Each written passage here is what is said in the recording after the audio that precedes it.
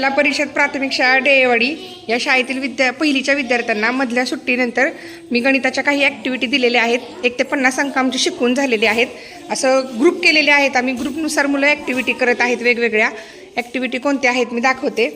समर्थ, तू कितीपर्यंत अंक मोजायला आलाय नोटांच्या साह्याने?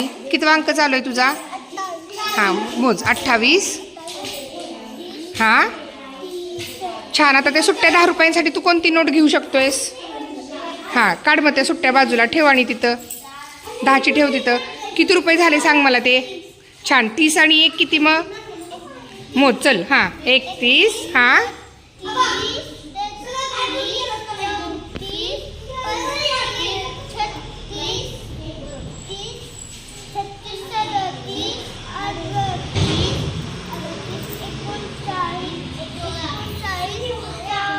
Very good. आता त्या सुट्ट्या 10 सुट्टी तू अजून काय करणार? आणि आता किती रुपये झाले तुझ्याकडे सांग मला इथं. हे किती रुपये झाले? मोज. मोज की. 10, 20, हां, बरोबर. Very good. आता चला 41 पासून मोजा तुम्ही. करा कंटिन्यू. तुमचं काय झालंय? कुठेपर्यंत आलाय अंक मोजायला? वरत उभा राहा. हां, मारा. उड्या मारा. उड्या मारा. उड्या मारायच्या. हां, व्हेरी गुड. जावा 31 कडे. सॉरी. तुझं काय चाललंय शौर्य? हां, ठीक आहे. अंक शोधतोय का तू? शौर्य, मी ह्यातला एक अंक सांगते तुला. मला शोधून दाखवायचास तू. हां, 24 अंक कुठे सांग मला. दाखव. अरे वा, लगेच शोधला का? ये माघारी. बघू दुसरा सांगते. ये माघारी. चल. 31 अंक शोधून दाखव. 31. Very good. शाब्बास. ये माघारी. 23 अंक दाखव मला. 23. हां, बघ सापडतोय का 23 अंक? शाब्बाश. Very good. छान. कर कंटिन्यू. रित्वी, तुझं काय चाललंय? अंक शोधते का तू पण? इथं मी 11 ते 20 आणि 41 ते 50 अंक मांडलेले आहेत. आणि इथं 21 ते 30 आणि 31 ते 40 अंक मांडलेले आहेत. आणि मुलांना ते अंक शोधायला सांगितलेले आहेत.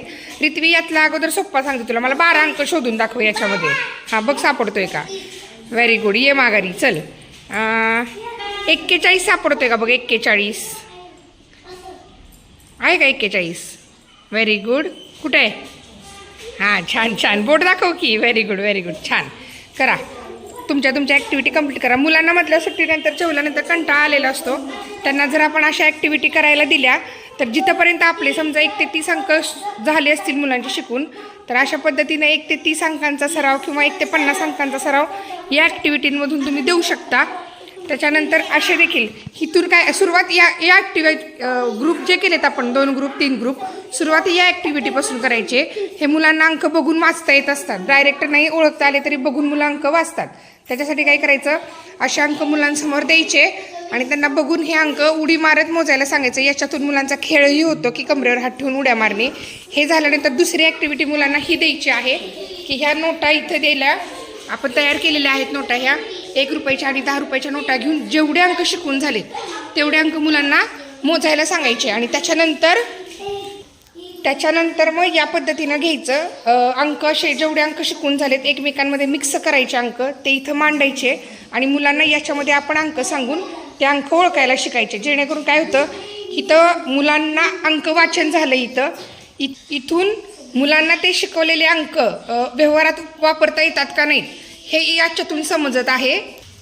आणि या कृतीमधून काय होणार आहे, शिकवलेले अंक मुलांना आपण तोंडी सांगितल्यानंतर ओळखता येतात की नाहीत, की 24 म्हणजे किती, 39 म्हणजे किती, हे याच्यामधून साध्य होणार आहे.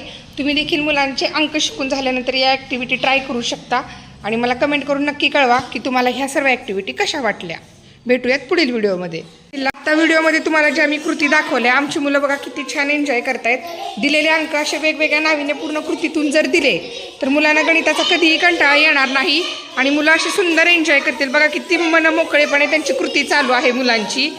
सगळी मुलं त्या पद्धतीने करतायत. हे बघा मणिमाळेवर एक जण आहे, इथं आहेत, इथं विद्यार्थी आहेत, इथं तर ह्यांचा फुल एन्जॉय चालू आहे मुलांचा. ह्या म्हणजे आपण मुलांना फक्त अंक शिकवून झालं की झालं असं नाही. प्लस मी स्वाध्याय पण देत आहे गणिताचे. तेवढे स्वाध्याय सोडवलं की गणिताचे अंक समजले का असं नाही, तर मुलांना त्यातून आनंद मिळाला पाहिजे आणि आनंदातून ते अंक मुलांच्या लक्षात राहिले पाहिजेत. तुम्ही अशा पद्धतीनं सराव घेऊन बघा आणि मला कमेंट करून नक्की कळवा की ह्या सर्व कृती तुम्हाला कशा वाटल्या.